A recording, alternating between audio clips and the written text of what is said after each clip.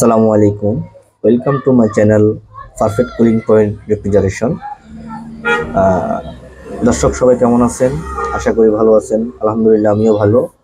আজকে আপনাদের কাছে আমরা নিয়ে আসলাম একটা কমপ্লেন নিয়ে। সেটি হচ্ছে Hitachi refrigerator inverter technology, update technology fridge যেগুলা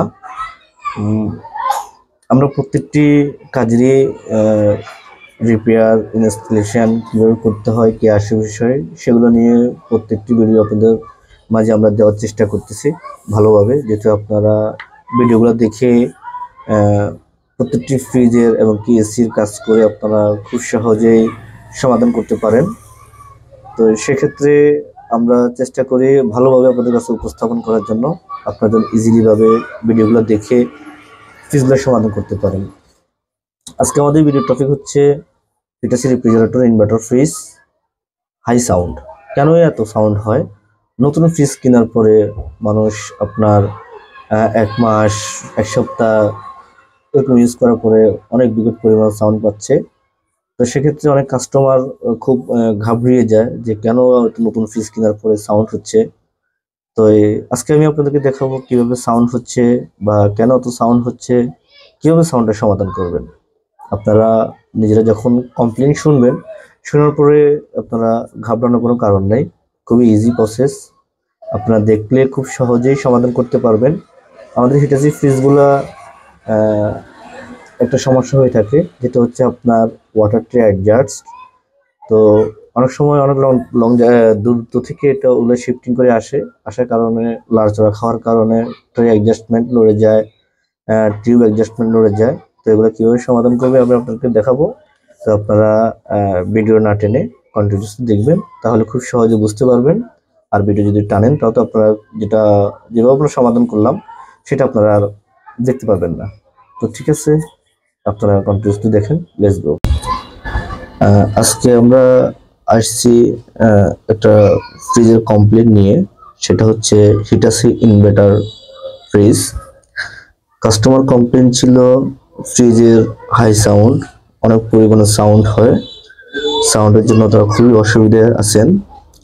তো সেক্ষেত্রে আমরা দেখতে আসলাম, দেখতেছি ফ্রিজের সম্পূর্ণ কুলিং সবকিছু ঠিক আছে। এই সাউন্ডের সেটা হচ্ছে আমরা দেখব কেন ফ্রিজের সাউন্ডটা হচ্ছে। তো সেক্ষেত্রে আমরা পিছনে চলে আসলাম, ফ্রিজটা রানিং অবস্থায়। পিছনে আসার পরে দেখলাম যে খুব বেশি পরিমাণে সাউন্ড হচ্ছে, সাউন্ডটা পিছন থেকে আসতেছে। তো আমরা ভালো করে খেয়াল করলাম কোথায় থেকে সাউন্ডটা আসতেছে। দেখতেছি যে আপনার এখানে যে সাউন্ডটা হচ্ছে খুব বিকট পরিমাণ সাউন্ড, এটা অস্বাভাবিক সাউন্ড হচ্ছে। তো কাস্টমার বারবারই বলতেছে ভাই আপনাদের নতুন ফ্রিজের কম্প্রেসর থেকে সাউন্ড হচ্ছে, আপনারা কীভাবে সমাধান করবেন। তো আমরা দেখলাম যে ভালো করে এটার পাইপ লাইনগুলো কোথাও একটার সাথে একটা বেজে আছে কিনা ভালো করে খেয়াল করলাম। খেয়াল করার পরে পার্ট টু পার্ট দেখলাম। যখন ওই যে আমরা ট্রেটা হাত দিলাম, সাউন্ড অফ হয়ে যাচ্ছে। দেখছেন আপনারা, এই যে ট্রে ধরলে সাউন্ড অফ হয়ে যায়। তার মানে হচ্ছে যে ট্রের সাথে কোনো কিছু বেজে আছে। এই যে দেখেন, ট্রে ধরার সাথে সাথে সাউন্ড অফ হয়ে যাওয়ার, ট্রে ছেড়ে দিলে আবার সাউন্ড কন্টিনিউসলি সাউন্ডটা বিকট সাউন্ড করে। ঠিক আছে, তারপর হচ্ছে আমরা ভালো করে অবজারভেশন করলাম যে কেন সাউন্ডটা হচ্ছে। তো সেক্ষেত্রে আমরা ফিল্টার স্ট্যান্ডার যেটা বলি, আমরা স্ট্যান্ডার দেওয়ার পরও সাউন্ডটা অফ হয়ে যাচ্ছে।